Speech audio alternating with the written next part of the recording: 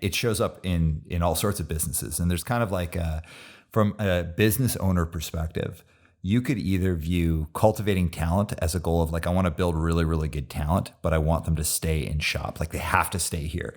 And because that's one way of looking at it. Or you can be like, I'm going to cultivate really incredible talent. And it's kind of like the biggest compliment in the world if they end up going over to somewhere else and like doing well somewhere else, because I taught them so well that they can go and make that leap. And maybe they outgrew the nest, and maybe they're ready for the next thing. And it doesn't have to be either or, but one of the things that I think about when building a business is like the anxiety of trying to build super good talent, but trying to keep them like, well, no, I just want them for myself. Because, if you want to invest in someone and have them really like evolve and grow, why wouldn't you want the best possible scenario for them? So there is a little bit of like real dedication to the craft of developing people. And then also a bit of selflessness of being like, not only am I going to help you grow, but also I'm going to help you grow on your way out of here into your next great thing, because I want you to be successful yourself. So I see that in the tattooing world. I hear that a lot from people. It's like, I owe this guy a lot, but like, we don't have such a great relationship because I left. Tell me about that, man. Tell me about that side of it. It's a pretty crazy thing. And it's so different for everybody, based on their own.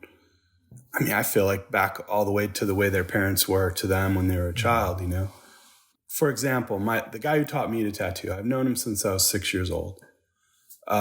He was like a punk rocker, he saw Minor Threat. He was a skateboard guy, taught me a bit about that.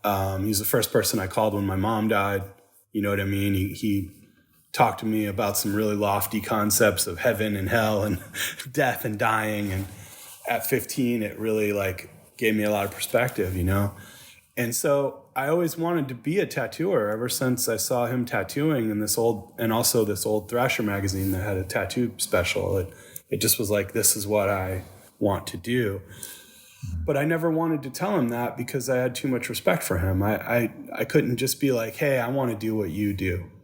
You know what I mean? Because I'm like, this guy's done so much here, and who am I to say that, right?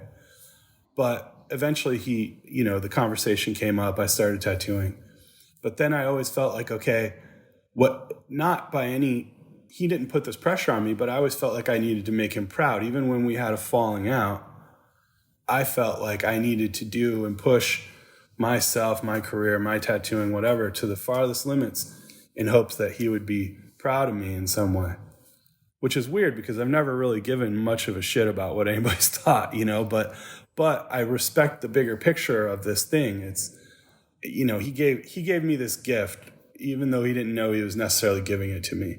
And I didn't want to just, not care about that or whatever, So through that and whatever warped sense of perspective that I had on it, I've thought to myself the same thing. Now I'm in a position having the shop where I have employees and we had an apprentice and all this kind of stuff. And it's similar to what you're saying there. Like there is like a kind of a, both of those things combined though, you're like, okay, I want to give these people as much as I can, and hopefully their path takes them wherever they want to go to push themselves to whatever level they want to push themselves to, whether that's staying with me or leaving. It's okay. Obviously, I would love it if they stayed with me because they've turned into some of my best friends and whatever. But at the same time, yes, them moving on and really becoming something would be, more than what any of us could imagine even would be really cool. I mean, they're all, I don't mean to say that they're not something, you know what I mean? Because they're all amazing.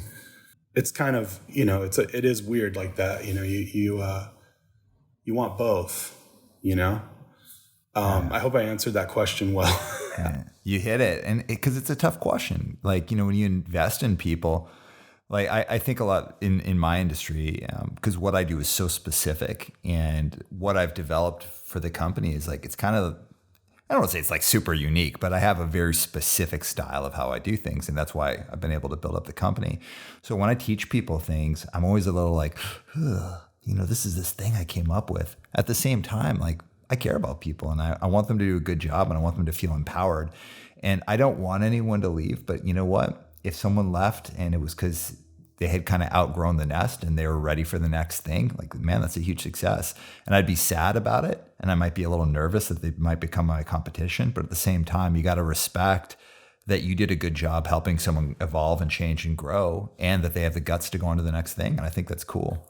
Well, I agree with you totally.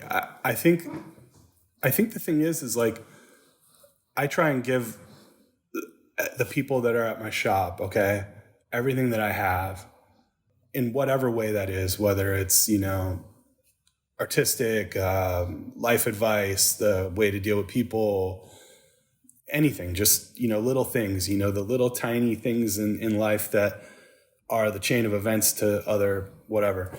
And yeah, I do want them to stick around as long as they can. I do want them to do that. But if they do move forward, that's great.